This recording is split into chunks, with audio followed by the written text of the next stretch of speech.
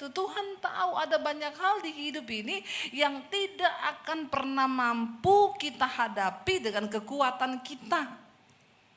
Amin. Bahkan kita gak bisa mengatur jalan hidup kita nih. Mau seperti apa ke depan gak ada yang tahu. Amin, tepuk tangan buat Tuhan. Saudara silakan duduk, shalom. Apa kabarnya hari ini?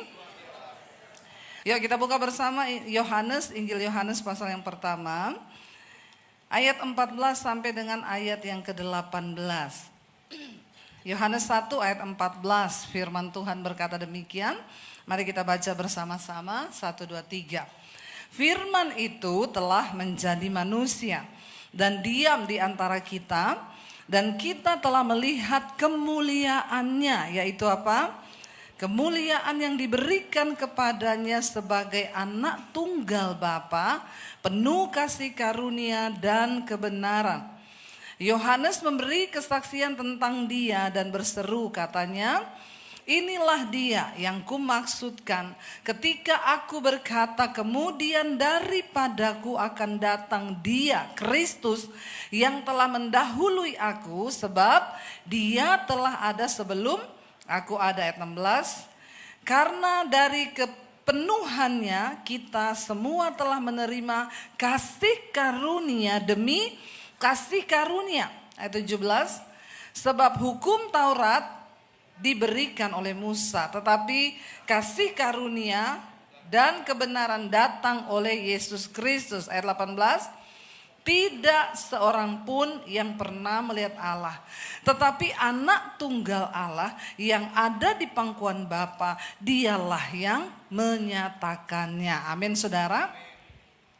Yohanes dipilih Tuhan untuk mempersiapkan jalan bagi Kristus. Ketika Yesus akan datang ke dalam dunia, Yohanes berkata, bertobatlah, bertobatlah, sebab kerajaan Allah sudah dekat. Kedatangan Kristus ke dalam dunia digambarkan sebagai kedatangan kerajaan Allah. Dan Yesus datang membawa kasih karunia, karena kita ini tidak bisa selamat oleh karena perbuatan kita, bahkan oleh darah yang dicurahkan lewat kambing, domba, lembu, sapi. Kita diberikan kasih karunia oleh Allah lewat kedatangan Kristus. Bahkan ayat tadi berkata, karena itu kita menerima kasih karunia demi kasih karunia. Apa itu kasih karunia saudara? Kasih karunia adalah sesuatu yang manusia gak bisa raih dengan kekuatannya sendiri. Dan itu hanya karena pemberian Tuhan. Dan kenapa Yesus harus datang ke dalam dunia? Kalau orang bertanya sama saudara nanti, itu Tuhanmu manusia. Kenapa Tuhan bisa jadi manusia? Kira-kira kalau ada yang tanya begini sama saudara, apa jawabanmu? Ada yang bisa jawab? Kalau orang tanya loh, Tuhanmu itu kok manusia? Masa Tuhan jadi manusia? Saudara jawab apa? Yang bisa jawab angkat tangan. Dapat sepeda di bawah. Sepeda listrik. Ya, apa jawabannya saudara? Kalau orang tanya nih, kenapa Tuhanmu itu jadi manusia? Saudara bisa jawab? Kira-kira yang bisa jawab berapa banyak? Angkat tangan. Angkat tangan aja, saya nggak panggil maju. Yang bisa jawab. Yang nggak bisa jawab, angkat tangan juga. Yang bingung, angkat kaki. Bingung semua ya. Saudara, itulah Alkitab bilang kalau ditinjau dari umur, harusnya saudara ini sudah menjadi pengajar. Tapi ternyata asas-asas pokok dari kekristenan banyak yang gak tahu. Iya Pak ya? Kalau ditanya kenapa Tuhan Yesus jadi manusia? Yang Kristen dari kecil berapa banyak? Angkat tangan yang Kristen dari kecil. Waktu lahir sudah nangis haleluya. Ya, banyak loh. Tapi nggak ngerti, ampuni mereka Tuhan. Ya, kita ini harus memberi jawab kepada orang kalau dia minta pertanggungan jawab terhadap iman kita. Ya, kenapa Tuhan jadi manusia? Ayat 18 kita baca tadi lagi, sama-sama kita baca. Tidak seorang pernah melihat Allah. Yang ada di pangkuan Bapa ya tidak pernah melihat Allah, tetapi anak tunggal Allah yang di pangkuan Bapa yang menyatakannya, yaitu siapa? Kristus. Kenapa Tuhan harus turun menjadi manusia? Karena tidak ada orang yang pernah melihat Tuhan. Ada di antara saudara yang pernah lihat Tuhan? Enggak ada. Musa pernah melihat Allah datang, tapi hanya dalam bentuk api, dalam bentuk angin. Jadi kalau orang tanya kenapa Tuhanmu jadi manusia, yang pertama harus kau jawab, karena Tuhan itu maha kuasa. Dia bisa jadi apa aja yang dia mau. Tanya balik sama dia, Tuhan bisa jadi angin gak? Bisa. Tuhan bisa jadi api gak? Bisa. Lah Tuhan bisa jadi manusia gak? Bisa kan, karena dia Tuhan. Dia maha kuasa. Yang kedua, kenapa dia harus menjadi manusia? Karena tidak ada seorang pun yang pernah melihat Tuhan. Saudara, ada yang pernah lihat Tuhan? Sebelum ada Tuhan Yesus, saudara. Ya. Orang itu kalau nggak tahu Tuhan, bingung loh kita ini. Ada seorang Kristen, dia tuh tiap hari mabuk terus. Lalu pendetanya bilang, kau itu bertobat loh, udah mau kiamat gak tobat-tobat. Dia jawab pendetanya sambil mabuk ngomong gini, kalau Tuhan Yesus memang ada dan dia menyatakan diri kepada saya, baru saya percaya itu Tuhan. Suatu saat pendetanya bilang gini, ya udah saya doakan supaya kau bisa lihat Tuhan. Sebelum saya lihat Tuhan, saya tidak akan percaya. Satu saat dia lagi mabok di kamarnya, ada asap putih tiba-tiba muncul. Lalu ada kakek-kakek tua saudara muncul. Dia bilang, Tuhan kaukah itu? Bukan, aku anggur cap orang tua. Beda tipis saudara ya. Kenapa dia yang muncul anggur cap orang tua? Karena lagi orang gak mungkin bisa ketemu Tuhan. Ya, pemabok kalau pengen ketemu Tuhan ya yang datang anggur cap orang tua. Kita nih kalau nggak tahu modelnya Tuhan, macam-macam kita bisa bilang Tuhan. Kenapa bangsa Israel itu Tuhan larang mereka bikin patung? Kenapa itu tiang tembaga? Ingat ketika bangsa Israel mau keluar dari tanah perbudakan menuju tanah perjanjian, mereka dipatok ular semua di padang gurun. Karena nggak taat. Lalu Musa berdoa, Tuhan ampuni bangsa ini, mereka bertobat di hadapan Tuhan. Tolong Tuhan singkirkan ular-ular ini. Tuhan bilang, aku nggak mau singkirkan ular, tapi kamu bikin tiang, bikin ular dari tembaga, taruh di atas tiang itu. Nanti siapapun yang digigit ular, dia lihat ke tiang itu, dia nggak mati. Tuhan menuntut ketaatan dari bangsa Israel. Lalu mereka yang digigit ular itu, mereka lihat tiang tidak mati. Setelah perjalanannya berjalan, kemudian tiang itu menjadi berhala. Bangsa Israel datang menyembah di tiang itu. Bangsa Israel itu kalau ketemu apa-apa, mereka anggap itu Tuhan. Gunung yang besar disembah karena dipikir Tuhan. Kenapa Tuhan harus menyatakan diri menjadi manusia? Supaya manusia itu punya gambaran tentang Tuhan. Kalau enggak, itu tiang dia sembah, itu gunung dia sembah, itu patung dia sembah. Tuhan bilang, kenapa kau sembah patung yang adalah buatan tangan manusia? Lah itu patung bisa bikin apa? Kalau kau jatuhkan, kau hancurkan juga pecah dia. Terus kenapa kau sembah? Manusia ini kadang-kadang agak lain memang. Itu patung dia yang bikin, lalu dia sembah. Kenapa Tuhan harus muncul menyatakan dirinya sebagai manusia? Supaya manusia mendapatkan gambaran, oh ini loh Tuhan. Ayat ini berkata, tidak seorang pun yang pernah melihat Allah. Tetapi anak tunggal Bapa, yaitu Kristus, dialah yang menyatakannya. Tuhan harus datang yang pertama supaya manusia itu tahu. Yang kedua, kenapa Yesus harus datang sebagai manusia? Untuk memberikan jalan. Supaya kita tahu, oh ini loh jalan yang harus kau tempuh. Kalau kau melakukan ini, ya kau berkenan sama Bapa. Saudara, kalau ada semut mau jatuh nih ya. Ada semut di sini, dia mau jatuh. Lalu saya bilang, semut jangan ke situ, nanti kau jatuh. Itu semut tahu nggak?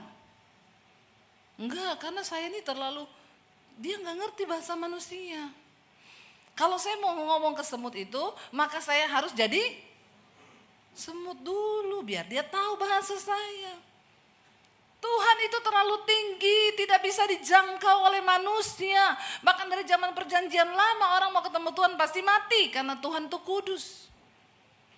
Manusia nggak ngerti cara kerjanya Tuhan. Dia harus menjadi manusia. Dia kasih tahu jalan kebenaran dan keselamatan supaya manusia tahu, oh Yesus ada di dunia saudara. Dan selama dia hidup di dunia, selama 3 tahun dia melayani, dia menyatakan hukum-hukum Allah. Ini loh yang harus kamu lakukan. Makanya ayat tadi bilang dalam dia ada kemuliaan dan kebenaran. Dia mengajarkan banyak jalan. Kalau orang buat jahat sama kamu, kamu jangan balas jahat. Tapi balaslah dia dengan kebaikan. Doakan dia, ini jalan. Percaya dalam nama Tuhan Yesus. Lalu kita ini diberikan kasih karunia saudara. Untuk apa kita menerima kasih karunia itu? Tuhan tahu ada banyak hal di hidup ini yang tidak akan pernah mampu kita hadapi dengan kekuatan kita. Amin. Bahkan kita nggak bisa mengatur jalan hidup kita nih mau seperti apa ke depan, nggak ada yang tahu. Karena itu kita membutuhkan kasih karunia Tuhan. Menghadapi pergumulan, tekanan, persoalan kita butuh kasih karunia. Coba kita buka bersama Ibrani. Ya, kitab Ibrani pasal yang ke-4 saudara. Ibrani 4 ayat yang ke-14 sampai dengan ayat yang ke-16.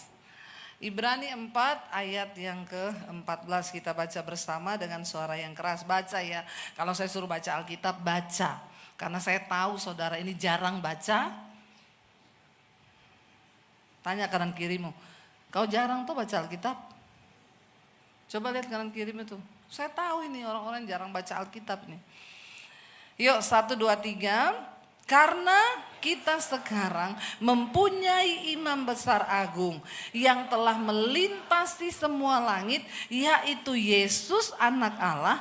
Baiklah kita teguh berpegang pada pengakuan iman kita. Sebab imam besar yang kita punya bukanlah imam besar yang tidak dapat turut merasakan kelemahan-kelemahan kita. Sebaliknya sama dengan kita, ia telah dicobai, hanya ia tidak berbuat dosa. Ayat yang berikutnya, sebab itu marilah kita dengan penuh keberanian menghampiri tahta kasih karunia, supaya dan untuk, amin saudara. Kita nih bersyukur mendapat kasih karunia Tuhan Yesus, kita diselamatkan. Tapi kita bersyukur Yesus datang bukan hanya sebagai bayi, tapi menjadi imam besar. Siapa imam besar itu? Imam besar adalah perantara dulu antara Allah dan manusia. Yesus mati menyerahkan dirinya, dia bukan hanya menjadi korban, dia menjadi imam besar. Dan kita bersyukur punya Yesus yang menjadi imam besar kita. Dikatakan dia bukan hanya imam, tetapi dia bukanlah imam yang tidak merasakan kelemahan-kelemahan kita. Sebaliknya sama dengan kita, ia telah dicobai. baik. Mata kita harus terus tertuju kepada Yesus. Ketika engkau mengalami penderitaan di dunia ini, ketika engkau sedang diizinkan menghadapi pencobaan, mari kita tetap melihat kepada Kristus. Karena Yesus bukan cuma Tuhan yang tidak mengerti kelemahan kita, saudara. Makanya kalau kita ini lagi menderita, difitnah, ya enggak usah terlalu alay lebay. Baru difitnah mertua udah kepahitan setengah mati. Ya mertua cuma ngomong gini, itu istrimu tuh Mbok Yud diajar toh. Aku ndak terima loh omongannya mamamu itu. Ya, ngapain ngomongin aku kayak begitu? Bertobat, saudara. Ya, kita nih baru difitnah sedikit, baru nih, saya tuh denger loh orang itu cerita, oh iya, tunggu dia ya. Ngapain, saudara? Kau baru denger anak mantumu ngomongin tentang kau, udah emosi. Datangi anaknya, istrimu tuh ngomong tentang mama begini-begini, kau pilih dia atau mama? Sama-sama syaiton. Pilih yang mana gitu ya. Saudara, kita belajar yuk. Kenapa Yesus menderita penderitaan badani supaya kita ini belajar. Saya malu loh kalau mau protes sama Tuhan soal penderitaan saya. Kenapa? Penderitaan Kristus itu belum ada apa-apanya apa yang kita alami ini. Kalau cuma difitnah, maaf saudara, kau belum diludahi kan mukamu toh? Belum kan, belum diludahi kan? Cuma difitnah toh? Kan belum seperti Yesus kita. Kita ini kalau cuma menderita sedikit aja, bahkan kalau sakit itu loh. Ya banyak orang imannya akhirnya saudara gugur karena dia mengalami sakit. Dan akhirnya dia menolak Tuhan Yesus. Kalau memang dia Tuhan, Bu, kenapa saya sakit begini, Bu? Saya sudah tidak kuat, lebih baik saya menyangkal Tuhan saja. Saudara, saya punya kenalan, dia pendoa syafaat. Orangnya itu tulus, tidak neko-neko, dia bahkan tidak menikah. Dia melayani sebagai pendoa syafaat. Satu saat dia kena kanker. Dia sempat bertanya sama saya, Bu Debi, kenapa ya Tuhan itu izinkan? Saya ini salah apa? Saya ini dosa apa? Sering kali kita sakit itu bukan karena dosa, saudara. Tapi memang Tuhan lagi mengizinkan untuk iman kita diuji dan hidup kita bisa menjadi kesaksian sampai di garis akhir. Lalu dia cerita sama saya, kadang-kadang kalau udah kesakitan dia SMS saya, Bu, saya lagi kesakitan. Saya sudah gak kuat, saya sudah berdoa minta mati, tapi Tuhan gak ambil saya, Bu. Ibu tolong doakan biar saya mati. Makanya mati itu juga memang kadang-kadang itu anugerah loh saudara. Kematian itu anugerah. Karena banyak orang lagi minta mati tidak bisa mati. Orang-orang yang sakit kanker, mereka kesakitan tapi tidak bisa mati. Itu susah loh. Makanya kita berdoa, Tuhan aku nek mati tidak usah sakit. Mati langsung mati aja lagi tidur toh. Enak kan? Siapa yang mau begitu? Nggak mau mati, ya, enak saudara, karena itu, ya, saya pernah ketemu bapak-bapak, dia hospitality kita di Palu waktu kita pelayanan di Palu, kita makan durian nih malam-malam saudara, lalu cerita-cerita lah biasa orang kalau merasa berdosa makan malam-malam terus cerita kolesterol, toh, padahal memang sudah salah, tapi ya itu menghibur diri, ini kolesterol loh, tapi makan terus kolesterol. Dia cerita, lalu saya iseng tanya gini, Pak, oh iya saya mau tanya, Bapak udah siap mati belum? Dia jawab saya gini, Bu, saya ini mati siap. Yang tidak siap itu setengah mati. Kalau mati saya siap, Bu, tapi setengah mati tidak siap. Makanya saya berdoa, kalau saya nanti mati, Tuhan mati itu saya lagi sehat. Saya nggak mau sakit. Dia terbang ke Jakarta saudara sama istrinya dari Palu, mau liburan ketemu anak. Di bandara istrinya lagi ke toilet, bilang sama suaminya, "Pak, tungguin bagasi kita, nanti kalau lewat jangan kelewatan loh." Iya, udah sana kamu pergi pipis. Nggak sakit nggak Pak? Istrinya pulang dari kamar mandi, suaminya udah jatuh. Orang sudah berkerumun di situ. Istrinya lari, "Ya ampun Pak," dibangunin, udah nggak bangun, meninggal di bandara.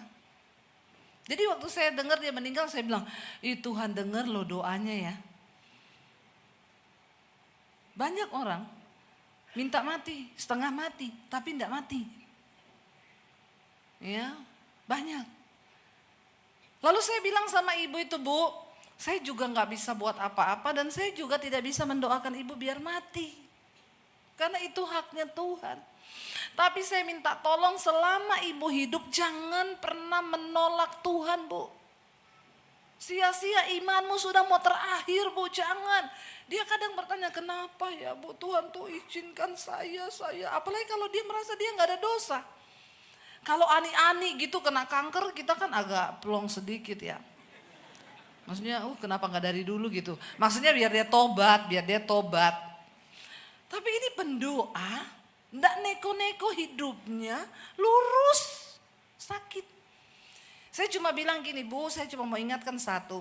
Tuhan Yesus berkata, kalau kamu dalam kelemahan fisik, dalam kesakitan, ingatlah akan aku. Penderitaanku itu lebih hebat dari apa yang engkau alami." Saya bilang, "Ibu tahu waktu Yesus dicambuk, itu dagingnya tercabik loh." Lalu dia nangis. Dan dia cerita sama saya di akhir-akhir hidupnya, dia bilang, "Bu Debbie, terima kasih. Saya sekarang kalau tiap sakit, karena sudah disuntik morfin saudara, dosisnya sudah ditambahin, dia tetap gak bisa hilang rasa sakit, tetap kesakitan." Dia bilang terakhir itu dia bilang, "Bu, saya kalau kesakitan, saya masuk di kamar, saya berlutut di tempat tidur saya. Dan saya ingat akan penderitaan Tuhan Yesus di salib. Bagaimana dagingnya tercabik. Saya bersyukur dan saya bilang, Tuhan, terima kasih Tuhan atas kasih karunia yang kau berikan padaku. Karena penderitaan ringan yang aku alami hari ini tidak melebihi kekuatanku sebagai manusia."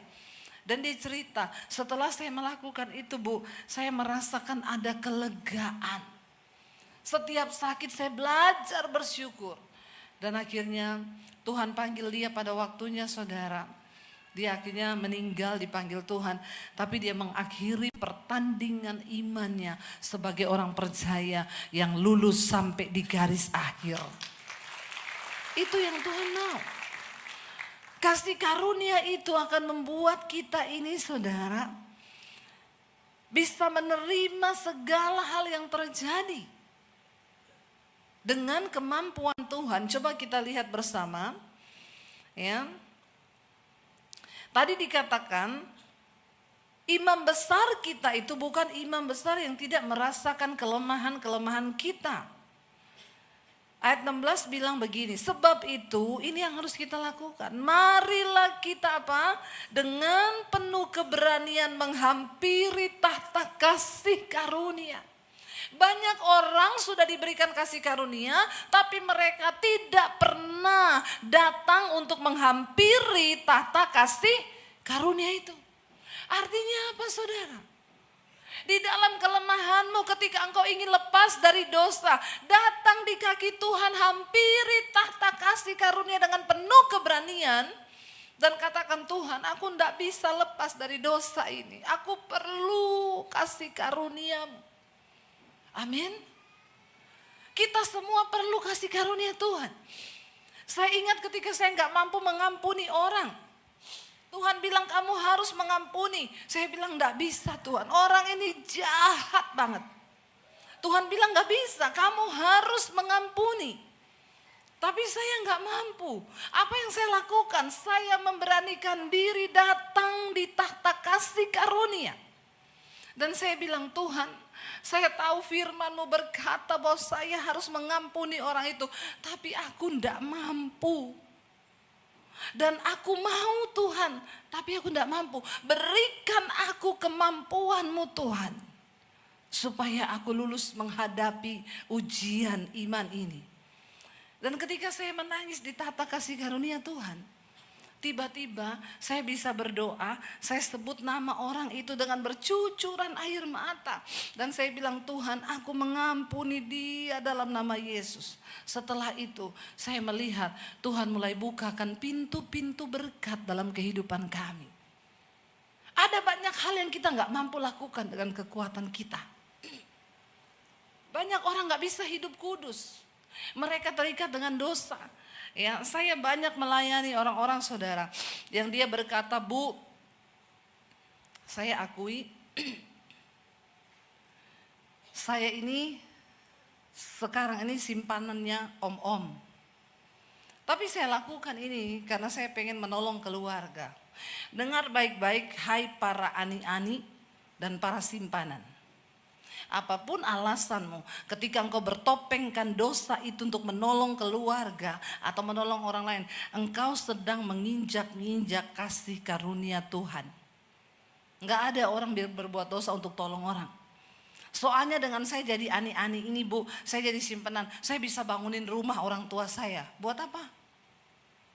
Ya, soalnya dengan saya jadi simpanan, saya bisa tolong keluarga saya nggak bisa makan, saya dapat uang dari si Om Agus, Om Bambang, Om Tony, Om siapalah itu, Om bertobat.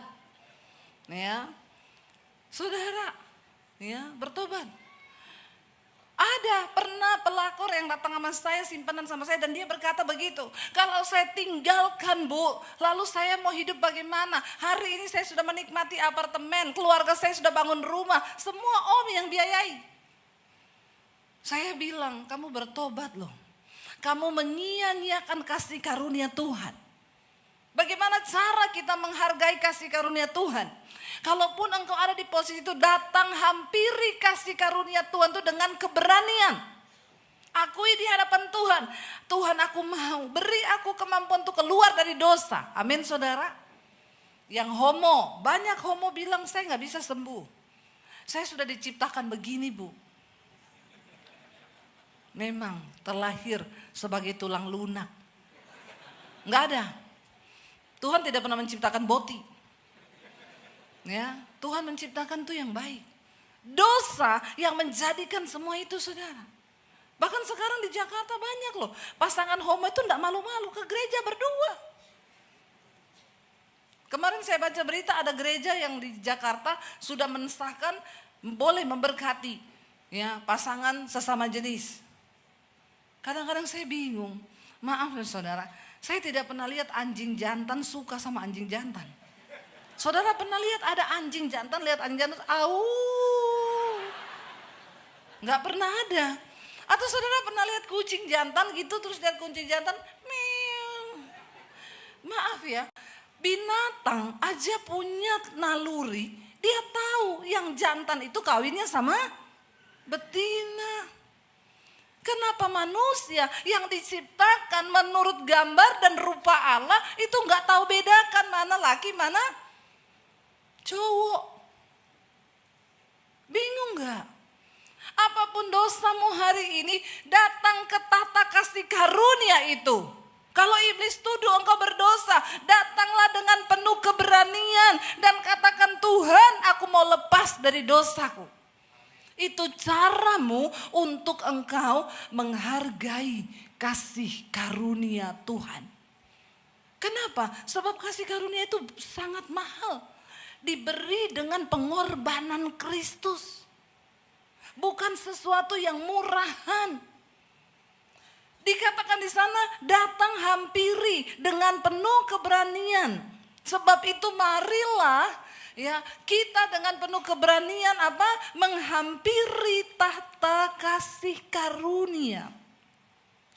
Supaya kita mendapat rahmat dan menemukan kasih karunia untuk mendapat pertolongan kita pada waktunya. Kita perlu rahmat Tuhan. Kita perlu kekuatan yang dari Tuhan.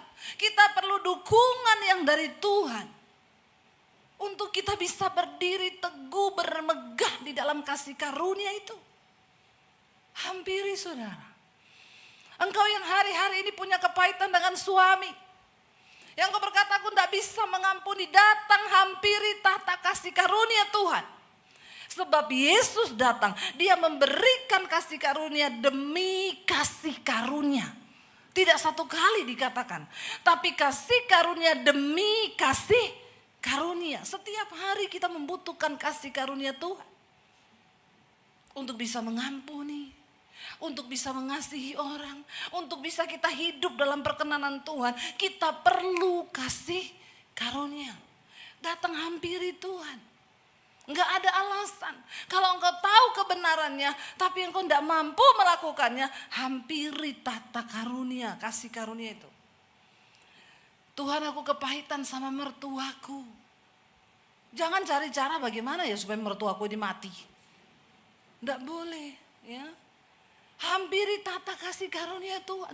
Di sana tersedia begitu banyak dengan limpahnya rahmat Tuhan.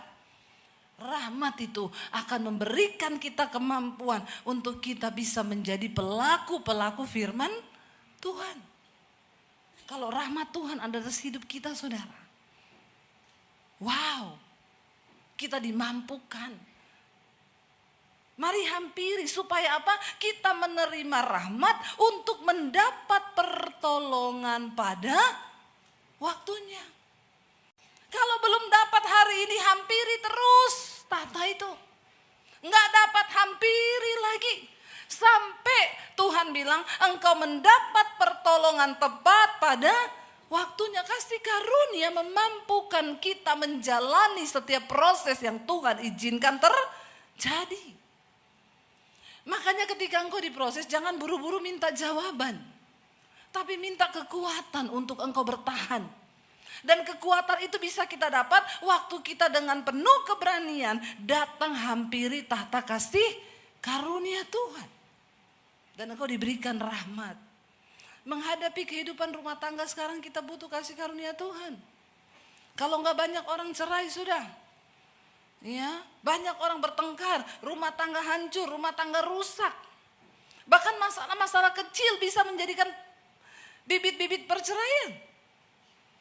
Ya, ada istri yang tanya sama suaminya gini, "Pak, kalau aku mati nih ya, kalau aku mati duluan nih ya, terus kamu kawin lagi toh. Terus misalnya istrimu baru itu mati juga. Nanti di sorga kau pilih dia atau saya?"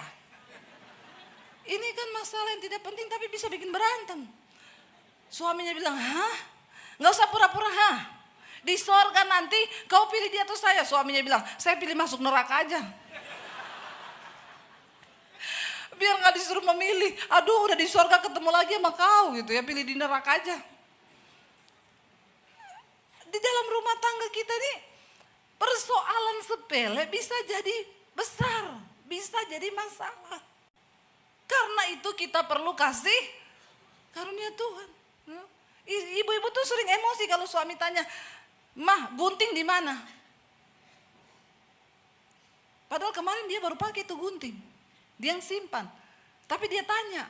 Nah, ibu-ibu kalau suami tanya, "Mah, gunting di mana?" Harusnya jawabannya kan, "Itu loh di laci meja situ," begitu. Ditanyanya, "Mah, gunting di mana?" Tiap hari itu yang kau tanya terus. Padahal kau yang pakai itu kemarin. Nah, kita butuh kasih. Iya enggak, Pak? Bapak-bapak di depannya ketawa semua. Mencerminkan bagaimana istrinya. Jangan tepuk tangan Pak buat istri. Nanti semakin menjadi. Ya, kita butuh kasih karunia, saudara. Enggak mudah menjalani hidup ini. Enggak mudah menjalani hari-hari yang tidak menentu ini. Dan kasih karunia itu akan memampukan kita. Yang terakhir, mari kita buka bersama. Kita lihat apa kata Rasul Paulus. 1 Korintus pasal yang ke-15. Ayatnya yang ke-10. 1 Korintus 15 ayat 10, saudara. Baca 1, 2, 3. "Tetapi karena kasih karunia Allah, aku ada sebagaimana aku ada sekarang. Dan kasih karunia yang dianugerahkannya kepadaku tidak sia-sia. Sebaliknya, lebih keras daripada mereka semua. Tetapi bukannya aku, melainkan kasih karunia Allah yang menyertai aku. Sebab itu baik aku maupun mereka, demikianlah kami mengajar dan demikianlah kami menjadi percaya." Kasih karunia Tuhan yang ada dalam hidup kita itu memberikan kita kemampuan. Jangan biarkan kasih karunia Tuhan menjadi sia-sia dalam hidup kita. Natal adalah peristiwa Yesus Kristus datang ke dalam dunia membawa kasih karunia. Tapi banyak orang menyia-nyiakan kasih karunia itu, membuangnya. Tapi Rasul Paulus bilang, bagi aku hari ini aku ada sebagaimana aku ada itu cuma karena kasih karunia. Dan kasih karunia itu tidak menjadi sia-sia. Sebaliknya aku semakin giat melayani Tuhan. Amin. Giat untuk bekerja apapun. Hari ini saudara, saya sangat percaya kita semua diberi Tuhan talenta, karunia untuk bisa melayani. Tidak semua orang harus jadi pengkhotbah seperti saya. Tapi apa yang Tuhan taruh dalam hidupmu, pakailah itu untuk melayani Tuhan.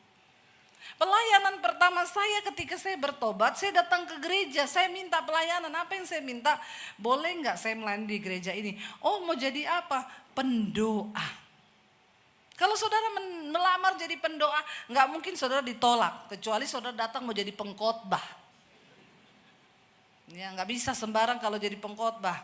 Saya nggak pernah bermimpi menjadi pengkhotbah.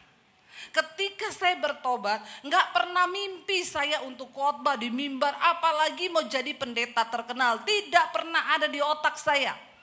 Saya menjalani apa yang Tuhan taruh sesuai kasih karunia. Pelayanan pertama saya dulu di gereja pendoa syafaat. Kalau ibadah 2 jam berlangsung, saya berdoa di belakang mimbar 2 jam. Sampai ibadah selesai.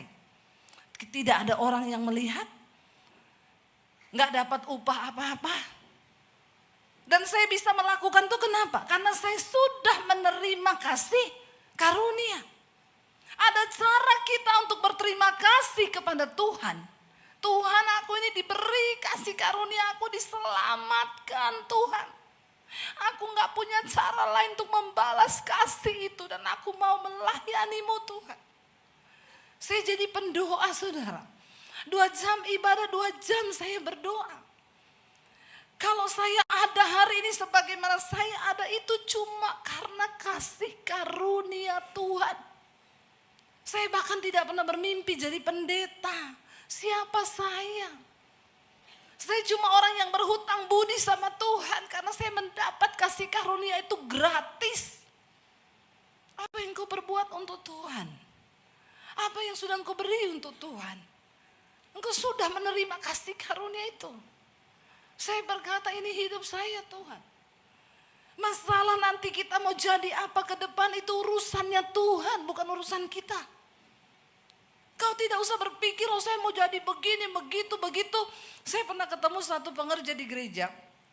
Dia dampingi saya saudara. Di ruang hamba Tuhan, tapi ini bukan Pak Beni.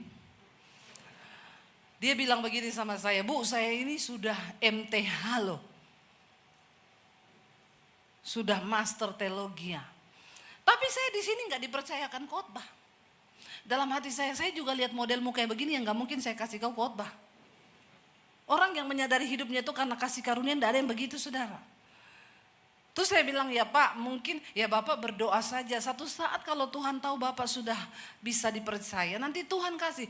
Ya tapi gimana Bu? Kalau saya nggak di jadwal-jadwal khotbah, kan saya nggak ada jam terbang. Saya bilang, Bapak salah jurusan kayaknya. Harusnya Bapak masuk sekolah pilot. Kalau carinya jam terbang, ya. Tidak usah kau pikir kau mau jadi apa. Nggak usah kau minta-minta mempromosikan diri. Waktu kau melakukan segala sesuatu dalam kasih karunia. Dan kasih karunia itu memampukanmu. Maka Tuhan bilang, Dia tahu di mana seharusnya tempatmu. Kau tidak usah mimpi menjadi pengusaha sukses.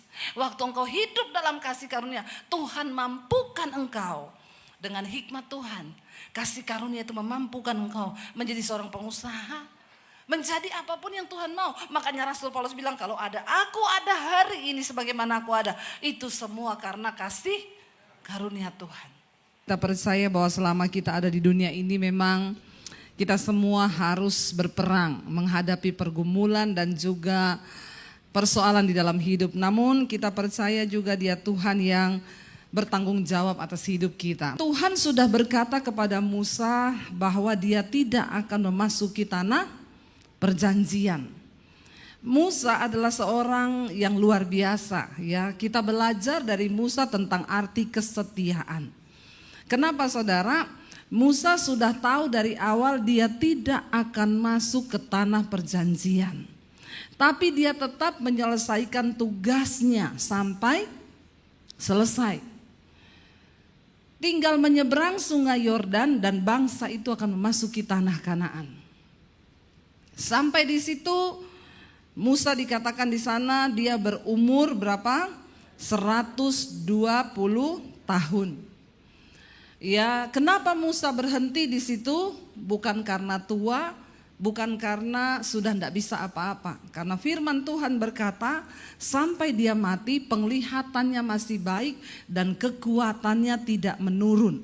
Tapi Tuhan bilang sudah sampai di situ dia giatnya bekerja, karena Tuhan telah berfirman bahwa dia tidak akan memasuki tanah perjanjian. Coba kalau saya balik kepada kita semua malam ini, kalau kita tahu, ya, kalau kita jadi Musa, Bapak Ibu, tanah perjanjian itu adalah tempat yang didamba-dambakan. Semua orang Israel, karena Tuhan berjanji itu negeri yang penuh dengan susu dan madu. Kalau kita tahu bahwa kita tidak akan masuk, ya, apakah kita masih mau melayani Tuhan? Ya, mungkin kalau saya jadi Musa, ya saya mikir-mikir lagi.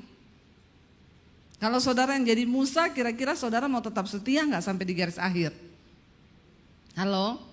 Jawabnya jujur, nggak usah pencitraan. Ya, benar loh, berat loh, membawa bangsa itu yang tidak sedikit. Ya, dan itu bukan tugas yang ringan. Dari awal ketika Musa sudah pukul gunung itu, dia melanggar perintah Tuhan. Tuhan sudah bilang hukumannya adalah engkau tidak akan masuk ke tanah perjanjian. Coba kalau kita orang Kristen zaman sekarang, udah tahu doamu ndak bakal dijawab, kita masih nggak mau setia sama Tuhan. Berapa banyak orang Kristen ketika doanya nggak dijawab, udah nggak usah pelayanan, doa saya ndak dijawab-jawab, udah nggak usah doa lagi, saya tidak melihat perubahan. Tapi kita belajar malam ini Musa menyelesaikan tugasnya sampai akhir dan cintanya kepada Tuhan itu tidak berubah. Dia berkata kepada bangsa itu, kamu harus tetap mencintai Tuhan. Ya, dia yang akan berjalan, tidak sedikit pun cinta Musa kepada Tuhan itu berubah. Walaupun dia tidak melihat tanah perjanjian, dia pernah memohon, Tuhan sudah di depan, tolonglah aku pengen masuk. Tuhan bilang tidak, aku telah berfirman dan engkau tidak akan masuk. Kita mau belajar malam ini saudara, ya, apa yang bisa membuat kita ini saudara tetap kuat bahkan sampai kita melihat janji Tuhan. Dikatakan di sana kemudian ya Musa itu memanggil bangsa Israel. Di depan mereka dia berkata, aku sudah berumur 120 tahun. Tetapi perjalanan ini harus tetap dilanjutkan. Seberat apapun hidup kita hari ini, kita harus tetap. Yang lagi ada masalah, angkat tangan. Yang lagi ada masalah saja. Yang tidak ada masalah pulang saja. Ya, yang lagi ada masalah siapa? Tolong angkat tangan. Ya, baru ngaku semua ada masalah ya. Ternyata semua ada masalah. Ya, saudara, sekalipun saudara ada masalah, saudara masih mau tetap hidup nggak? Yang mau tetap hidup angkat tangan. Semua masih mau hidup ya. Saya pikir karena ada masalah, sudahlah saya nggak mau hidup lagi bu. Bangsa Israel harus tetap menjalani. Sudah berat nggak? Berat. Mereka sudah melalui 40 tahun di padang gurun. Dan generasi pertama yang keluar dari Mesir sudah mati semua menjadi bangkai. Tapi mereka harus tetap melanjutkan perjalanan. Tidak boleh menyerah di tengah jalan. Bapak Ibu yang terkasih, seberat apapun persoalanmu, engkau harus tetap berjalan dan selesaikan pertandinganmu sampai di garis akhir. Karena bukan bagaimana soal kita memulainya, tetapi bagaimana soal kita mengakhirinya. Katakan, Rasul Paulus berkata, Saat kematianku sudah dekat, ajalku akan segera tiba, dan aku telah menyelesaikan pertandingan imanku dengan baik. Ini ayat sering dipakai, ditulis di kubur-kubur dan batu nisan. Aku telah mengakhiri pertandingan iman dengan baik, dan aku telah memelihara imanku. Yang tulis orang yang hidup atau yang mati? Padahal belum tentu yang mati itu menyelesaikan pertandingannya dengan baik. Iya apa ya? Jadi kalau mau tulis di batu nisan, hati-hati, dipikir dulu, jangan main comot ayat. Amin. Tapi saya berdoa semua kita yang hadir malam ini nanti patut ditulis tulisan itu di batu nisan kita. Amin. Berarti udah pengen mati semua. Ya. Ayo kita pastikan kita mengakhiri pertandingan iman kita dengan baik, sehingga kita bisa berpesan, kalau aku mati, tolong tulis di batu nisanku ayat ini bahwa aku telah mengakhiri pertandingan iman dengan baik dan mencapai garis akhir. Jangan hanya orang yang hidup yang tulis, yang mati padahal ya begitulah saudara, hidupnya nggak karu-karuan. Ya, akhirnya ditulis seperti itu, matinya tabrakan karena lagi mabok. Tulisannya aku telah mengakhiri pertandingan iman. Padahal lagi mabok saudara. Ya, hati-hati. Mari bukan soal bagaimana kita memulainya, tetapi bagaimana kita mengakhirinya. Di sana Musa katakan begini ya, dia akan segera mati. Tapi Tuhan berpesan, kamu harus tetap menyeberangi sungai Yordan untuk memasuki tanah perjanjian. Lalu di sana dia katakan begini, Tuhan Allahmu, Dialah yang akan menyeberang di depanmu, Dialah yang akan memunahkan bangsa-bangsa itu dari hadapanmu, sehingga engkau dapat memiliki negeri mereka. Yosua, Dialah yang akan menyeberang di depanmu seperti yang difirmankan Tuhan. Musa meyakinkan bangsa itu bahwa ingat, yang akan menyeberang di depanmu itu Tuhan sendiri yang akan menyertai engkau. Katakan amin. Bukan aku, bukan karena Yosua, tapi berulang-ulang kali dia berkata, dan ayat yang keempat, dan Tuhan akan melakukan terhadap mereka seperti yang dilakukannya terhadap Sihon dan Og, raja-raja orang Amori yang diserahkan ke tangan orang Israel, dibunuh oleh mereka, dan akhirnya mereka bisa lolos dari tangan orang Amori. Saudara, mari kita sadari malam ini bagaimana supaya kita menang dalam pertandingan hidup ini. Yang pertama, sadarilah Tuhan yang akan menyertaimu. Katakan, jangan cari pendeta. Ya, jangan cari Bapak Gembala, tapi cari Tuhan. Kenapa saudara? Ketika Yesus disalib kita masih merayakan Paskah ya. Ketika Yesus disalib, mahkamah agama, para imam-imam mencari alasan yang tepat agar mereka bisa menjatuhkan hukuman mati kepada Yesus. Bahkan tidak tanggung-tanggung didatangkan saksi-saksi palsu untuk memberatkan Yesus di depan mahkamah agama supaya dia bisa diseret, digantung di kayu salib. Tapi Alkitab mencatat ternyata kesaksian dari para saksi palsu tidak cukup memberatkan untuk Yesus layak dihukum mati. Lalu bingung mahkamah agama dan para orang Farisi, imam-imam itu bagaimana supaya dia ini mati. Lalu ada satu orang yang berkata, bukankah dia ini yang berkata, aku akan merobohkan bait Allah dan membangunnya dalam waktu 3 hari. Ketika mendengarkan itu, mahkamah agama, para imam dan orang Farisi yang ada bersama-sama dengan mereka semuanya menjadi marah. Yesus tidak membutuhkan saksi palsu untuk membawa dia disalibkan, karena memang dia datang untuk mati. Yesus bukan pecundang yang harus memakai saksi palsu. Dia harus datang untuk mati dengan sebuah alasan yang tepat. Dan itu adalah alasan yang paling tepat. Dia berkata, aku akan merobohkan bait Allah dan membangunnya kembali dalam waktu 3 hari. Kenapa orang Farisi, para imam, mahkamah agama menjadi marah besar? Karena bagi mereka bait Allah itu adalah sebuah bangunan yang sangat penting dan itu sakral. Kenapa Bapak Ibu? Karena disitulah tempat mereka bertemu dengan Tuhan. Para imam akan masuk ke ruang maha suci untuk mempersembahkan korban kepada Allah dan menerima korban penebus dan pengampunan dosa bagi umat. Tetapi zaman itu para imam yang akan masuk ke ruang maha kudus itu harus benar-benar kudus. Kalau tidak dia mati di dalam ruang maha kudus. Makanya dulu para imam kalau akan bertugas, saya baca di Alkitab mereka sampai takut tidur kalau malam. Kenapa Bapak Ibu? Karena kalau sampai dia mimpi basah, dia mati di dalam ruang maha kudus itu.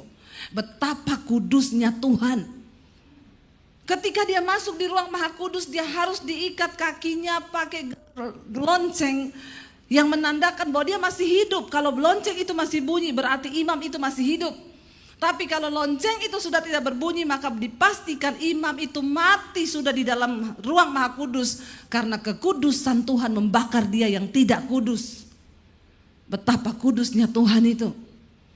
Ya, zaman sekarang banyak orang melayani Tuhan, habis bersinah naik di atas mimbar. Hidupnya belum beres, sudah melayani Tuhan. Ya, kalau kita belajar saudara, betapa luar biasa kekudusan Tuhan dan dia belum berubah, dia masih tetap sama Allah yang kudus yang harus kita hormati, katakan amin. Saudara, ketika Yesus mati, pemisah antara ruang maha kudus dengan ruang kudus halaman pelataran, Alkitab berkata itu tabir terbelah menjadi 2. Artinya apa? Tidak ada lagi pemisah antara umat itu dengan Bapa. Tidak perlu lagi imam masuk untuk mendamaikan dosa umat dan Allah. Semua kita mendapatkan hak istimewa untuk berjumpa dengan Tuhan secara pribadi. Tidak usah pakai perantara.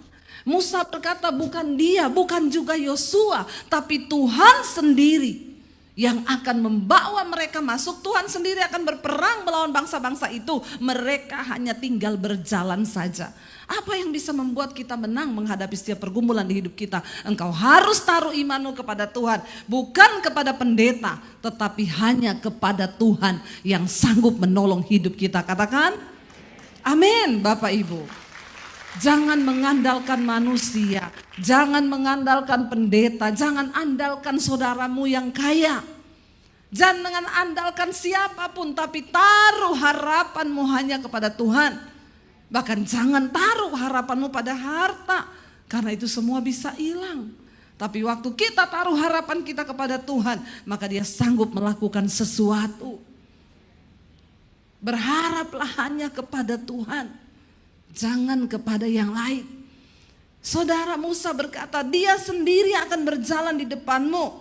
Ya, Tuhan akan menyerahkan mereka kepadamu dan haruslah kamu melakukan kepada mereka tepat perintah yang kusampaikan kepadamu. Kuatkan dan teguhkanlah hatimu. Tidak mudah saudara. Tapi setiap kita harus percaya. Yang kedua saudara, apa yang harus kita taruh di dalam hati kita, bahwa peperangan dalam hidup ini ya memang akan mungkin banyak masalah yang kita hadapi dalam hidup ini. Peperangan ya, kita akan menghadapi pertempuran iman. Tapi percayalah semua masalah itu pasti ada time limit, masa selesainya. Katakan amin. Enggak ada masalah satupun yang tidak ada masa selesainya.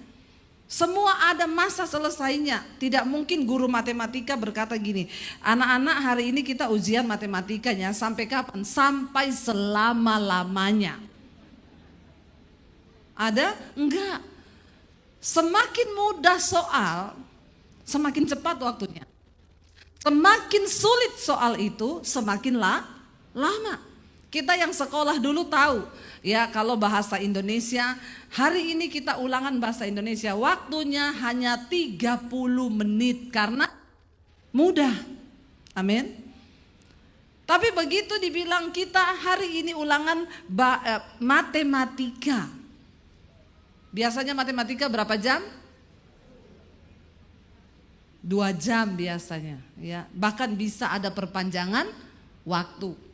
Karena memang matematika itu sulit. Saudara, semakin cepat ya, semakin sulit persoalan kita, semakin besar kemuliaannya, maka ada batasan waktu. Tetapi jangan engkau berputus asa, dikatakan tadi jangan tawar hatimu, jangan patah hati, tetaplah nantikan Tuhan. Saya tadi baca satu kesaksian orang masuk di WA saya, Bu, saya mau bersaksi, saya dari Ambon. Saya ini suami yang saya ini selingkuh terus, ya kerjaannya saya selingkuh terus. Ya kenapa dia selingkuh? Karena istrinya buta. 4 tahun istrinya buta, sakit katarak, tidak punya uang untuk operasi. Ya, buta saudara 4 tahun, ya dan akhirnya enggak bisa operasi karena enggak punya uang. Bayangkan ya, saya yakin tidak adalah bapak-bapak yang menderita seperti itu. Tapi walaupun istrinya buta, tidak boleh selingkuh bapak-bapak ya, amin. Ya, istrinya buta 4 tahun, ya tidak bisa operasi karena tidak punya uang. Lalu akhirnya suaminya ini selingkuh sampai akhirnya satu kali dia bilang dia didatangi satu roh yang mau mencekik lehernya. Ketika dia rasa dia mau dicekik oleh iblis itu, dia berseru sama Tuhan, lalu Tuhan bilang mulai sekarang kamu bertobat, baca Alkitab. Lalu dia mulai baca Alkitab dan dia mulai lihat YouTube saudara. Lalu dia berkata, saya temukan channel Ibu Mesbah Doa. Lalu saya mulai mendengarkan khotbah-khotbah Ibu. Saya dituntun untuk bertobat. Semakin saya mencoba untuk bertobat, tantangannya itu semakin berat. Saya tergoda untuk selingkuh terus, tapi saya harus melawan itu. Dia bergumul, dia dengerin khotbah-khotbah. Saudara, kalau engkau sedang bergumul dengan satu dosa, ya berjuanglah, berjuang ya sampai engkau bisa merdeka. Sebab Tuhan memiliki dan dia sanggup memberi kita kuasa untuk merdeka. Dia berjuang, dia dengerin khotbah-khotbah saya saudara, dia dengerin firman Tuhan, Tuhan beri dia kekuatan, akhirnya dia bertobat. Singkat cerita ketika dia bertobat, dia mulai berdoa untuk istrinya yang buta. Memang tidak disembuhkan dengan cara dia doa terus istrinya melek, enggak. Tiba-tiba di desanya itu ada orang bikin operasi katarak gratis. Tuhan itu bisa bekerja dengan berbagai cara. Walaupun cukup lama 4 tahun, tapi saya percaya itulah waktu dan proses Tuhan buat keluarga ini. Ya, tadinya suaminya sudah stres lihat istri yang buta, nggak bisa melihat, makanya akhirnya dia kecewa mungkin. Lalu ada perempuan, ya. Jadi saudara, orang selingkuh itu bukan cuma orang kaya, miskin juga banyak yang selingkuh. Tapi di sini tidak ada. Insya Allah nggak ada yang selingkuh, amin. Saudara, akhirnya dia bergumul dan saya melihat di situ ya bahwa Tuhan itu turut bekerja loh. Memang 4 tahun itu bukan waktu yang singkat, bukan waktu yang singkat. Nunggu istri yang buta tidak mudah saudara bagi seorang suami.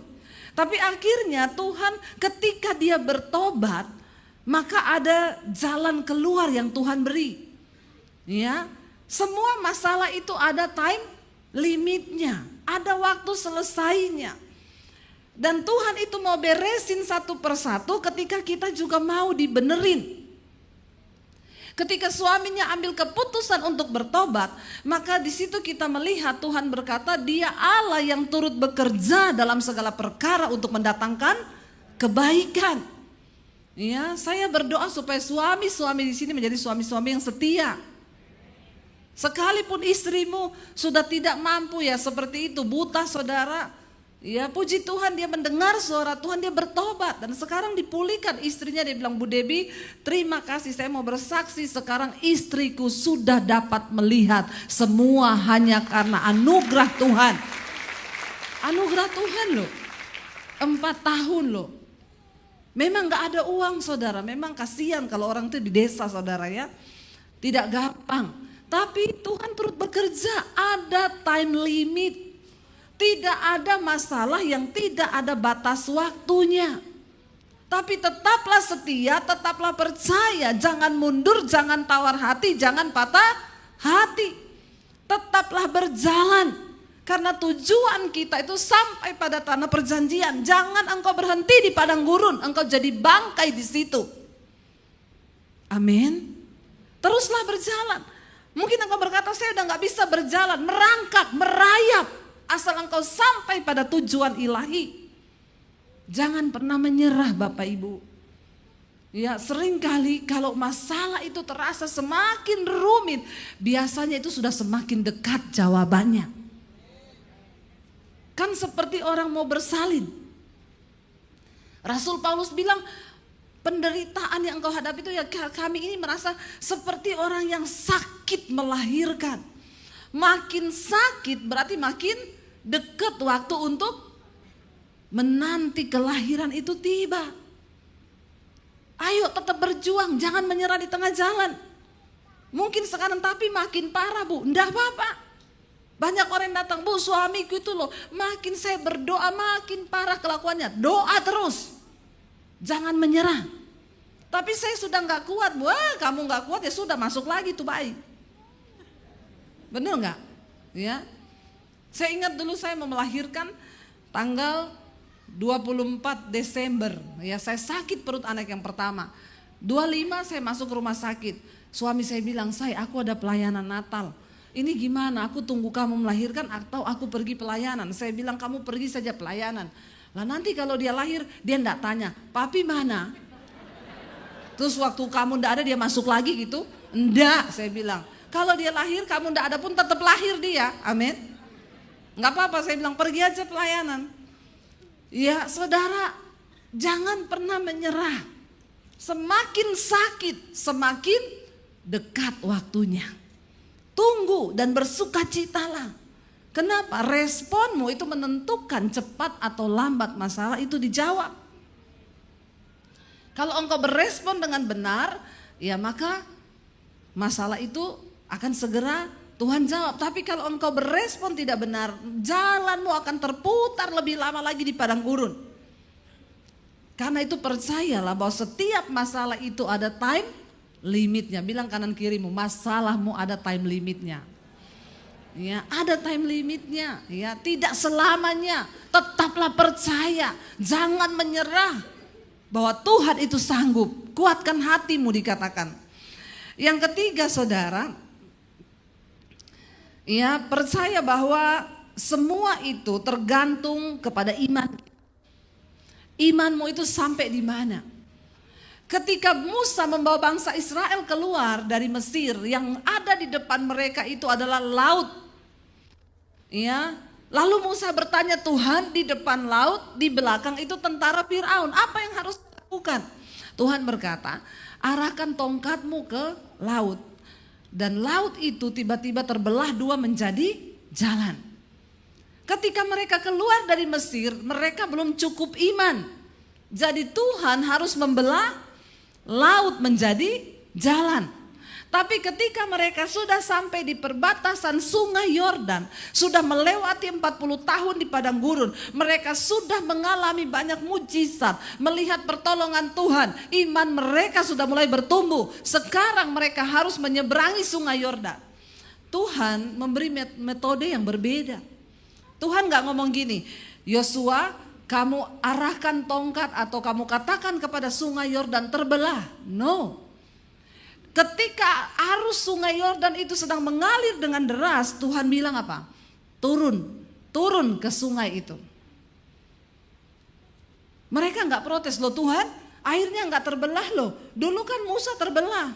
Air sungai Yordan mengalir dengan deras. Tuhan bilang, para imam yang mengangkat tabut Allah, engkau turun duluan ke sungai Yordan itu.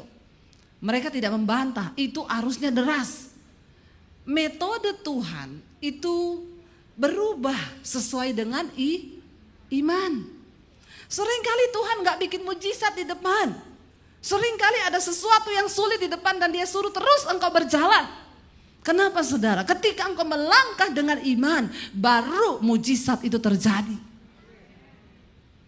Mereka nggak protes, Tuhan dulu Musa dibelah loh, sekarang airnya deras kita suruh turun. Akhirnya para imam pemegang tabut itu turun satu-satu. Waktu mereka turun, kaki mereka masuk ke dalam air. 2 orang turun, mulai sampai selutut, sampai ke dengkul, mulai sampai ke sini, sampai gini kok nggak terbelah-belah. Ketika mereka empat-empatnya turun ke dalam air yang cukup dalam itu, Alkitab berkata terdengar derau air di sana itu berhenti. Tuhan menahan air yang mengalir dari hilir itu berhenti di tengah-tengah. Dan yang dari sini terputus, gak ada aliran. Mereka bisa berjalan di sungai Yordan yang kering dan tidak ada airnya. Katakan bersama, amin. Seringkali saudara terlihat sangat sulit di depan kita. Seringkali terlihat seolah tidak ada mujizat. Tapi Tuhan sedang menguji imanmu. Dia bekerja dengan takaran yang sesuai dengan iman kita. Percayalah, semakin iman kita dewasa, rasanya persoalan itu akan semakin berat di hidup kita. Tapi Allah itu setia dan adil. Dia tidak pernah membiarkan kau dicobai melampaui batas kekuatanmu. Katakan, amin. Saya ini mengikut Yesus, masalah demi masalah, sungai, laut yang saya harus seberangi. Tapi cukup semua kisah di dalam Alkitab membuat iman saya tetap teguh kepada Tuhan. Bahkan di tengah kami mengalami situasi yang sulit, pandemi datang, tidak punya apa-apa. Kami berpikir mau jual rumah. Saya cuma berkata, engkau baik Tuhan, engkau baik. Sekalipun rumah ini saya jual, engkau tetap baik Tuhan. Iblis ngomong, kenapa kamu bilang baik? Rumah yang tadinya ada sekarang mau dijual. Saya bilang, iblis dulu kita gak bisa jual apa-apa. Sekarang ada yang bisa dijual. Tuhan itu baik. Jangan pernah beri alasan kepada iblis untuk dia bekerja sama dalam pikiranmu menuduh Tuhan itu tidak baik. Tetapkan dalam hati dan imanmu, Tuhan itu baik. Dan dia dapat melakukan segala cara yang di luar akal logika manusia. Kalau saya melihat hari ini hidup kami, bagaimana Tuhan melakukan perkara yang dahsyat, saya itu cuma bisa bilang, Tuhan engkau wow, engkau dahsyat Tuhan. Dan kenapa Tuhan mau saudara kita mengalami hal-hal yang sulit, supaya hidupmu menjadi kesaksian bagi banyak orang. Supaya saya tidak menjadi pendeta yang cuma katanya. Banyak pendeta bisa ngomong tapi hanya katanya. Dan firman itu tidak menjadi hidup bagi jemaat. Ia tidak mengalami. Ya, kita ketika berkata, saudara, ketika engkau tidak punya uang, mampukah engkau bersyukur? Apakah saudara pernah mengalami? Saya ngomong begitu, saya tidak pernah mengalaminya, maka saya ini cuma pendeta kah? Katanya kayak orang buta nyanyi, pelangi-pelangi alangkah indahmu, katanya. Merah, kuning, hijau, katanya, di langit yang biru, katanya. Karena dia tidak pernah melihat. Jangan jadi orang Kristen yang tidak pernah punya pengalaman pribadi dengan Tuhan. Karena imanmu akan lemah. Tapi semakin engkau mengalami masalah dan tantangan, Tuhan akan membawa engkau kepada pengalaman demi pengalaman iman yang luar biasa. Sehingga engkau bisa bersaksi, aku punya Tuhan yang hebat. Amin. Bagaimana engkau bisa berkata Tuhan hebat kalau engkau gak pernah mengalami? Benar gak saudara? Saya sering dengar jemaat saudara, kalau dengar ada pendeta ngomong, saudara, engkau pasti kuat walaupun engkau tidak punya uang. Ya, tapi dia bilang gini, itu pendeta gak pernah rasa loh gak pernah punya uang. Loh, kita harus mengalami Tuhan.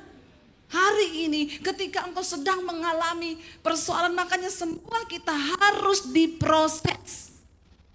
Ketika engkau selesai diproses dalam hal daging, engkau naik level diproses dalam hal uang, engkau naik diproses dalam hal harga diri. Semua kita harus diproses. Kalau kita bisa melewati satu demi satu, kita bisa melewati sungai, kita bisa melewati laut, kita bisa melewati dan kita melihat mujizat Tuhan.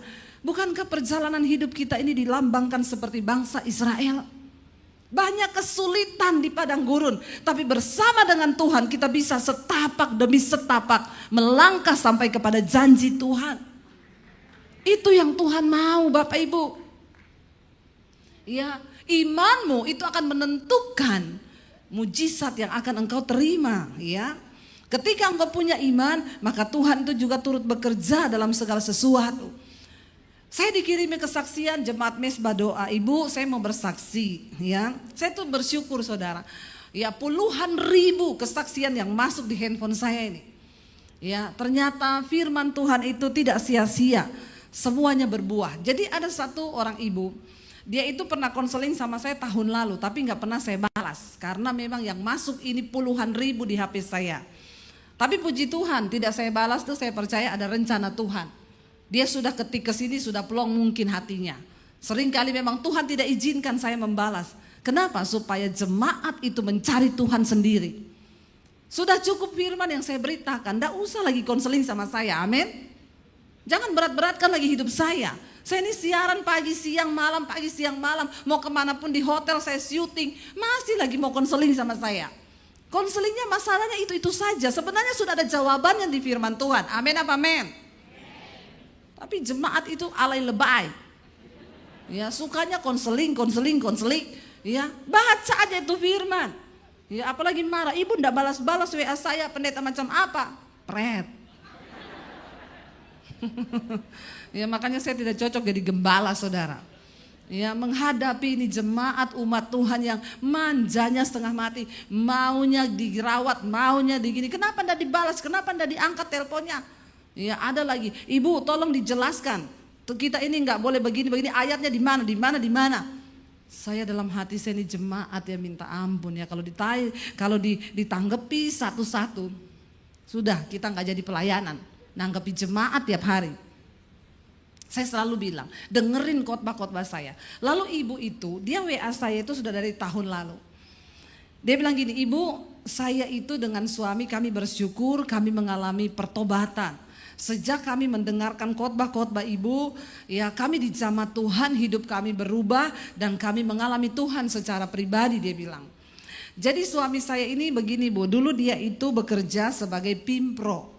Ya, pimpinan proyek di perusahaan. Setiap kali ada proyek suami saya diangkat sebagai pimpro. Dan jujur, Bu, menjadi pimpro itu yang dituntut adalah ketidakjujuran. Kita mau jujur enggak boleh sama bos. Kamu harus bikin laporan palsu, bikin pengeluaran palsu, bikin ini palsu. Dan selama ini suamiku menikmati karena dia dapat bayaran besar. Tapi ketika kami bertumbuh mendengarkan khotbah-khotbah yang Ibu sampaikan, kami tahu yang Tuhan tuntut dari hidup kami adalah kekudusan dan kebenaran. Lalu akhirnya suami saya hatinya mulai berubah. Dia bilang kepada istrinya, aduh kita ini melakukan tidak benar loh. Jadi bagaimana ini? Sebentar lagi ini ada proyek. Dan saya pasti ditunjuk lagi sebagai pimpro. Lalu ketika dia dipanggil sama bosnya, benar dia ditunjuk sebagai pimpro. Dia bilang, bos, saya minta maaf. Kenapa? Saya tidak mau jadi pimpro lagi. Loh kenapa? Kamu tuh bodoh ya. Semua orang tuh pengen loh jadi pimpro. Tapi saya enggak pengen, bos. Kenapa? Aku enggak mau berdosa. Bosnya tertawa. Kamu itu masih hidup di dunia. Hidup di dunia enggak mau berdosa. Tapi saya sudah mengenal kebenaran. Tapi enggak apa-apa. Karena Alkitab juga berkata, anak buah harus tunduk kepada atasan. Oh, pakai firman loh. Ya, kamu juga kan tahu firman. Alkitab bilang kan, ya karyawan itu tunduk kepada bos. Dia bilang, tapi saya enggak bisa membohongi hati nurani saya. Loh, kamu dapat bayaran loh. Dan ternyata tahun lalu itu istrinya itu ada WA saya, Bu Debbie, apa yang harus kami lakukan? Karena di satu sisi, Bu, kami kehilangan uang. Anak-anak kami harus sekolah. Tapi di sisi lain, Hati nurani kami itu sudah tidak bisa lagi melakukan dosa. Bapak Ibu, ketika engkau bertumbuh, rohanimu itu hidup. Dan ketika rohmu hidup, Tuhan berbicara lewat rohmu. Firman berbicara dalam rohmu. Tidak perlu pendeta harus ngomong, tapi Tuhan yang akan menuntun. Lalu mereka berdua bersepakat. Tidak, kita harus bersikap, ambil sikap untuk tetap hidup dalam kebenaran. Kita sama-sama berdoa dan akhirnya mereka tetap menolak. Dipaksa sama bosnya, dia tidak mau. Dan dia siap untuk kehilangan pekerjaan. Saudara, udah 1 tahun kemudian baru saya baca tadi. Dia bilang, saya bersyukur ibu tidak jawab WA saya. Sekarang saya cuma mau kesaksian Ibu Debbie. Ya, masih ada chattingannya tahun lalu itu belum kehapus. Saya baca. Kami mau kesaksian, puji Tuhan Bu. Tuhan itu ada dan dia hidup. Dan dia tidak pernah meninggalkan orang-orang yang mau hidup benar. Puji Tuhan akhirnya suami saya berhasil menolak sebagai pimpro. Karena dia tidak mau berdosa. Dan hatinya damai sejahtera Bu. Tapi puji Tuhannya lagi Bu, sekarang suami saya malah jadi staf. Dan dia bisa terbebas dari dosa itu. Dia tidak disuruh bikin markup palsu, laporan palsu. Dan kami hidup memang tidak dapat tunjangan dari pimpro yang lebih besar dulu. Tapi damai sejahtera kami tidak dapat dibeli dengan uang. Dan Tuhan ajaib, dia mencukupi segala kebutuhan kami. Dan kami hidup dalam damai sejahtera. Bapak Ibu, ya, kita lihat di sini bahwa ya, lakukan sesuatu ketika engkau sedang ada dalam tantangan. Seringkali tantangan yang terjadi itu Tuhan izinkan untuk melihat sikap hati kita. Apakah kita mau sungguh-sungguh tetap dalam kebenaran? Atau kita tergiur dengan hal-hal yang berbau dosa? Kita tidak akan pernah melihat campur tangan Tuhan dalam hidup kita. Mungkin ada orang yang kelihatannya sukses, dia diberkati, tidak pernah kekurangan, bukan diberkati, ya kaya, karena diberkati dan kaya itu beda. Ada orang kaya, tapi itu bukan berkat Tuhan, karena setan bisa beri kekayaan. Tapi berkat yang dari Tuhan itu ada damai sejahtera. Ya, dan tujuan Tuhan adalah membawa kita, memindahkan bangsa Israel itu dari Mesir tempat perjanjian masuk ke tempat perbudakan, masuk ke tanah perjanjian, di mana mereka bisa menikmati damai sejahtera yang dari Tuhan. Di Mesir mereka tidak kekurangan apapun. Di Mesir mereka makan daging enak. Makanya ketika di padang gurun mereka marah-marah. Kenapa Musa engkau bawa kami ke sini? Lebih baik kami di Mesir, di sana kami makan daging, kami makan apa, puas semuanya. Walaupun kami diperbudak. Tuhan tidak mau saudara engkau cuma menjadi kaya. Tapi Tuhan mau engkau diberkati. Kenapa? Karena kaya saja belum tentu diberkati. Kaya saja tidak mampu membawa damai sejahtera. Tapi orang yang diberkati karena dia hidup dalam kebenaran, hidupmu disertai damai sejahtera. Dan itulah hal kerajaan sorga. Tuhan mau kita hidup dalam sorga walaupun kita masih di bumi. Ada kebenaran, damai sejahtera dan sukacita yang dari Tuhan. Katakan amin. Ya, jangan tertipu dengan dunia ini. Ya, mari kita sama-sama mau berubah, tanya pada Tuhan apa yang Tuhan mau bentuk, apa yang Tuhan mau rubah dari hidup kami. Dan yang terakhir saudara, jangan engkau biarkan keteganganmu, persoalanmu itu berubah menjadi ketakutan. Masalah tetap masalah, tapi ketakutan itu kita yang undang. Masalah itu semua orang akan alami.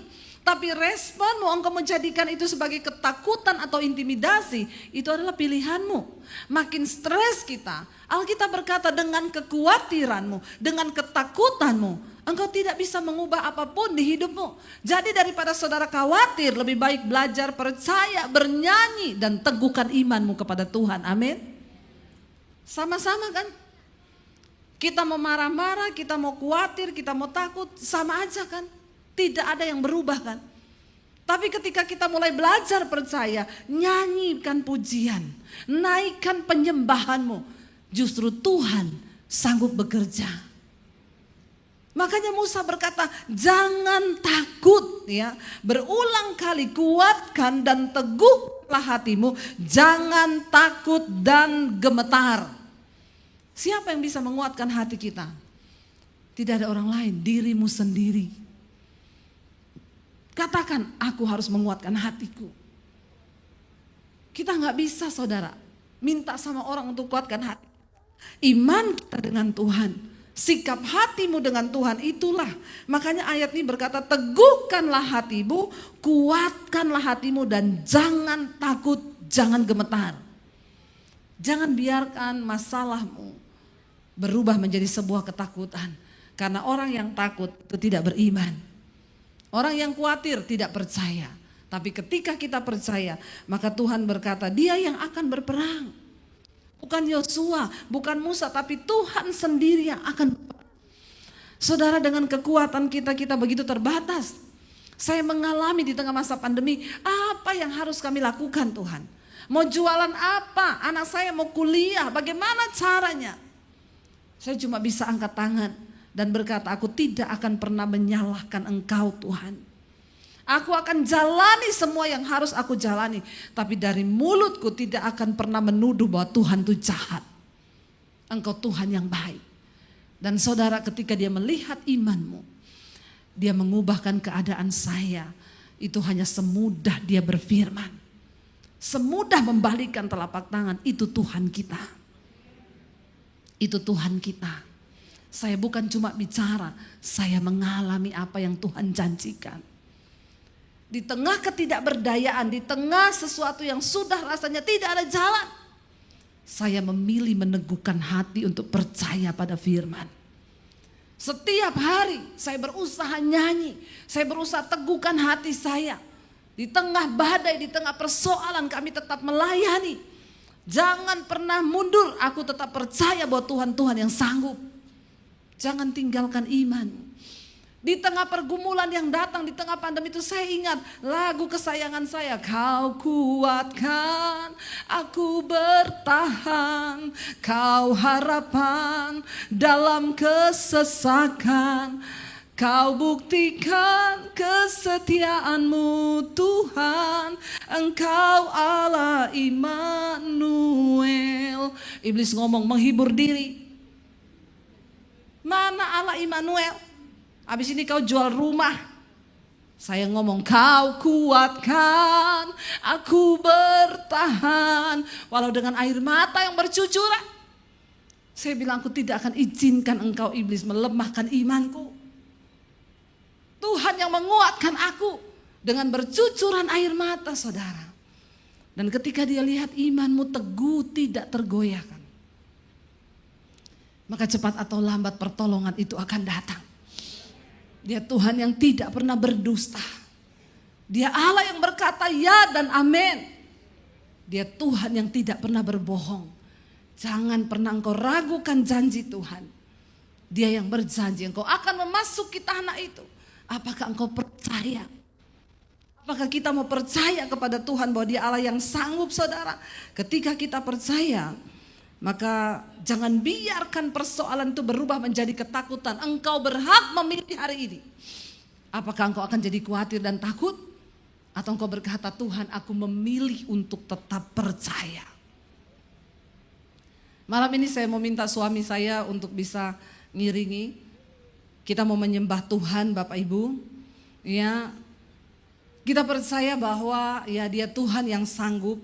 Jangan biarkan keadaanmu, jangan biarkan masalahmu, jangan biarkan tekanan hidupmu ya membiarkan engkau menjadi takut, membiarkan engkau menjadi lemah. Tapi biar malam hari ini kita mau teguhkan hati dan iman kita. Kita mau berkata kepada Tuhan, kami tahu dan percaya engkau sanggup Tuhan, engkau mampu Tuhan. Biar kita mau berkata di hadapan Tuhan bahwa hanya Dia yang bisa mengubah segala keadaan kita, Bapak Ibu. Mari kita bangkit berdiri bersama malam ini.